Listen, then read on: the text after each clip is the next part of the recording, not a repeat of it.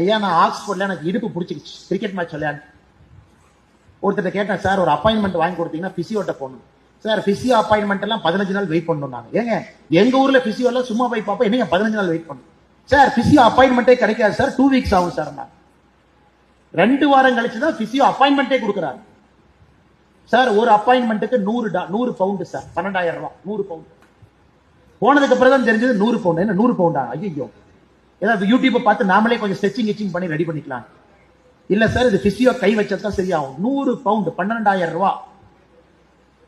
அதுதான் சார் வெளிநாட்டுல நம்ம உடம்பு மேல ஒருத்தர் கை வைக்கிறாங்கன்னா அவங்களுக்கு கொடுக்கக்கூடிய மரியாதை அந்த நாட்டு. நான் இன்னைக்கு எழுதி கொடுக்கிறேன், 2030க்கு அப்புறம் இந்த ஃபீல்டுல யார் இருக்கீங்களோ நீங்களாம் கடவுள் மாதிரி.